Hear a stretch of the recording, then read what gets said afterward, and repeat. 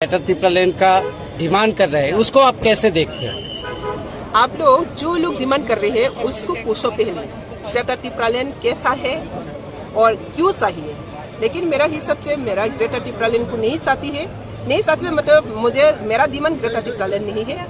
मेरा डिमांड ये त्रिपुरा में बहुत दिनों से इलीगली माइग्रेंट्स वहाँ पे ओपनली जो घुसपैठिए लोग गुजरा है। इसके बाद त्रिपुरा में मेजोरिटी और माइनॉरिटी का मतलब जो कॉन्फ्लिक्ट हुआ है इसको एक दिशा में सोल्यूशन होना चाहिए। इसलिए मैंने एनआरसी केस फाइल किया। तो एनआरसी मेरा मुद्दा है मेरा सोशियो पॉलिटिकल ऑर्गेनाइजेशन की तरफ से और मेरा और पॉलिटिकल पार्टी की तरफ से त्रिपुरा को विकास और प्रॉस्पेरिटी पीस लाना है, ये मेरा मकसद है। तो बीजेपी की तरफ से किस तरह का आश्वासन मिला एनआरसी की तरफ? एनआरसी आप लोग सभी जानते हैं, पार्लियामेंट में बैठकर सब जगह में एनआरसी सारा भारतवर्ष में लागू करने के लिए तो मोदी जी ने कहा और ये तो देखेगा सुप्रीम कोर्ट में मुझे ऑलरेडी ऑनगोइंग प्रोसेस केसिंग है तो वो तो सुप्रीम कोर्ट क्या करेगा।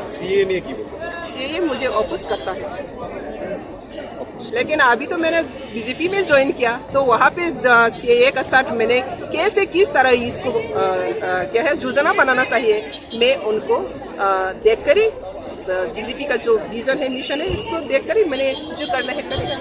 त्रिपुरा मोर्चा के साथ भी आपको देखा था, तो फिर अचानक ये त्रिपुरा मोर्चा को मैंने बैकअप किया एडीसी इलेक्शन में। टीपीएफ एक सोशियो पॉलिटिकल ऑर्गेनाइजेशन, टीपीएफ कभी भी वोट खड़ा नहीं हुआ आज तक, बैकअप किया और टीपीएफ के कुछ लोग इंडिपेंडेंस खड़ा हुआ है। लेकिन आज मैंने देखा त्रिपुरा मोर्चा को सपोर्ट करने के बाद एडीसी में बैठा, एडीसी के बैठने के बाद ग्रेटर त्रिपुरालैंड और जो सिस्टम जो एक्टिविटीज वो त्रिपुरा का जनजाति का व त्रिपुरा के लिए